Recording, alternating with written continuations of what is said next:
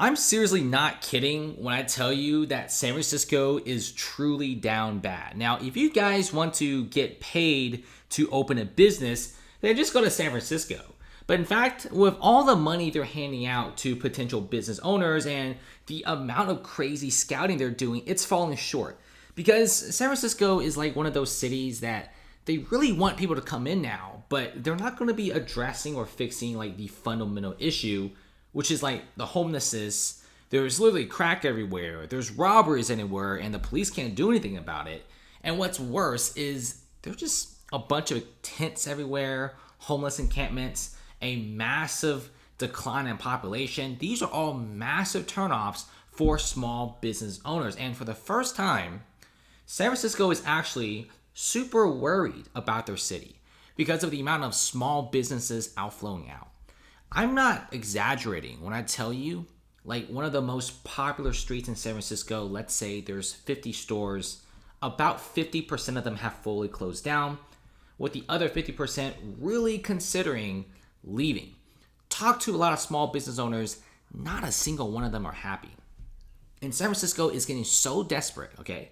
They're so down bad that they're hiring commercial vacancy czars to help fill these empty stores. So what's going on is San Francisco has a bunch of empty retail stores, and they actually hired brokers to really get small business owners into San Francisco, and also hooking up small businesses for bigger spots or potential outsiders to contact them and bring them into San Francisco. I guarantee you, nobody's dumb enough to open a store in San Francisco. First of all, the foot traffic is extremely low. If you just look at the 4K walking tours, the main downtown area is actually empty. Now, check out the downtown walking tours for Miami, even freaking Chicago, Manhattan. It's packed with people and sometimes shoulder to shoulder. San Francisco's downtown is completely empty. And a lot of coffee shops, cafes, they're closing down. And those guys didn't even blame like the homelessness or the robberies and crime. They straight up just said that the amount of people on the streets just decreased drastically. And now San Francisco will give you 50 grand to open a business in an empty storefront.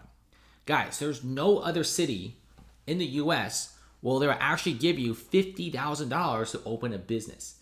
If you go to like Austin, Las Vegas, Miami, or some of the Midwestern cities with inflows of people, they would not give you a single penny to open a business. In fact, you're going to have to get into some bidding wars for certain storefront properties. And some people even get into bidding wars for houses. San Francisco is having a massive decrease in real estate prices. These real estate prices are absolute garbage, and don't be fooled by like the $1 million price tag. It's not even worth $1 million. Some people say that it's only worth like 2/3 that. So prices have fallen. Rentals are also super duper low. In fact, the vacation industry in San Francisco is virtually non-existent. I'm gonna check out like the downtown area. There's a lot of apartments, a lot of homes for rent, but many of these homes are completely empty. Look at this. Most of these Airbnbs have price cuts. 61 to 49, 168 to 130, 188 to 148. I mean, prices just keep decreasing for San Francisco. Like, look at this one, 170 to 119. Prices will continue to decline.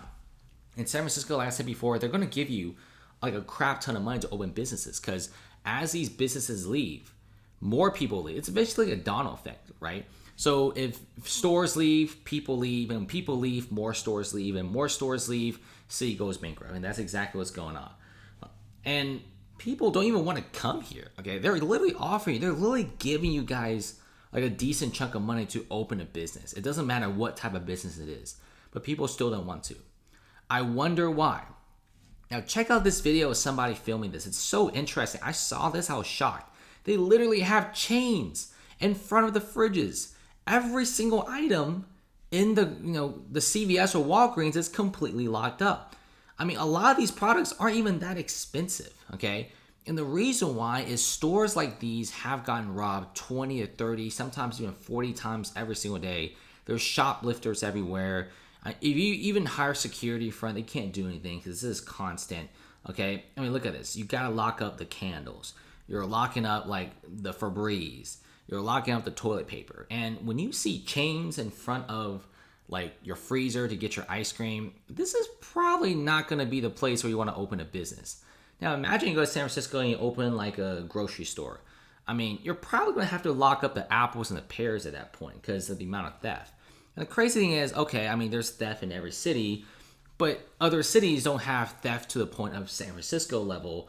In fact, San Francisco theft might as well just be like a term for crazy high crime at this point. Because other cities, you have to get robbed a couple times, maybe every year, some shoplifting here and there, but they don't dare to do it too many times because police in a lot of other cities in America, they do care. San Francisco, they can't do anything. I'm sure in San Francisco, there's police officers that want to help the city, but they can't because of the pending policies. So guess what? Nobody's going to open a store. Okay, if you're going to be opening a store in San Francisco and you see a video like this, would you really open a store? They literally have door chains on the fridges to get your frozen pizza. I mean, imagine frozen pizza and frozen waffles are being robbed. This is probably not the city to open any store. And check out this. 9 tech companies have ditched San Francisco offices in 2022.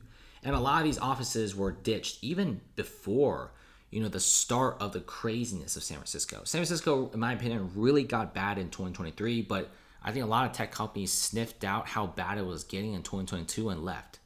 Just a few months ago, Whole Foods left. Nordstrom, Old Navy, they left as well. So a lot of these big guys are leaving in droves. San Francisco should be a cautionary tale for cities that rely on tech firms to fill their cities, and also should be a cautionary tale to cities that when you don't care about businesses, they're not going to just put up with it. Like, they actually leave. Because business owners are very realistic. If you can't make money in a place, they leave. I think a lot of business owners, they put up with the crime and craziness in the past. Because San Francisco have a lot of tech employees that are willing to spend big. So they're willing to put up with the craziness. But now, tech workers, they're leaving. Remote work, they're leaving. Homelessness is crazy, they're leaving. Open air drug markets everywhere, tech workers are leaving. Tech workers are also moving online. So a lot of these restaurants, these businesses already experience low foot traffic. Okay, some businesses will put up with the lower foot traffic, but then when you combine a low foot traffic with even higher crime, even higher theft and robberies, and also just pretty much homeless people everywhere in the streets, people smoking crack in every corner, that's just the straw that broke the camel's back, right? That eventually just forces everyone to leave. This is why commercial real estate prices are super low. Nobody even wants these units. In fact, the investment in the San Francisco property market is probably one of the lowest in the world. I mean, guys, as bad as Hong Kong real estate, for example, as bad as Japan and Australia real estate, at least they don't have open air drug markets, and a lot of those areas already see prices going up, whereas San Francisco prices are still down in the dumps. In fact, there's hundreds of cities and counties in the US where home prices and commercial real estate prices are actually going up, whereas San Francisco prices just keeps going down, and they go down nonstop. Things are getting worse, guys. I mean, when it gets to the point where people, and they're offering you money, and like pretty good money to open a business, you're not going to be doing anything. This is pretty bad, guys. Okay, and guys, if let's say Miami is offering me $50K to open a business, I'll go there right now and open a business because they're paying money to open a business. But Miami's not going to do that because they already have crazy high demand. They can't build these skyscrapers fast enough right now. And San Francisco is losing a lot of people. And as time goes on, it's only going to get worse, guys. Okay, I mean, Union Square, this is a place where a lot of retail and shopping is.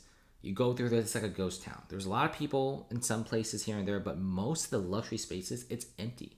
They're not getting any more businesses. This is a dying city, and a lot of people are saying the same thing. It's not going to change. Even the Salesforce CEO is like, San Francisco is not going to change. Okay, they're basically gone. It's not going to recover to what it used to be. And plus, tech startups these days, they don't have to stay in San Francisco. Tech startups could just pretty much open themselves online. You have whole entire companies with hundreds of employees in the startup firm that are fully online. They don't even have an office. Like, their office is like, or their mailing address is literally the apartment they live in. And the whole entire operation is online. It is crazy. Thanks for watching, guys. I really hope San Francisco gets itself together because this is not sustainable.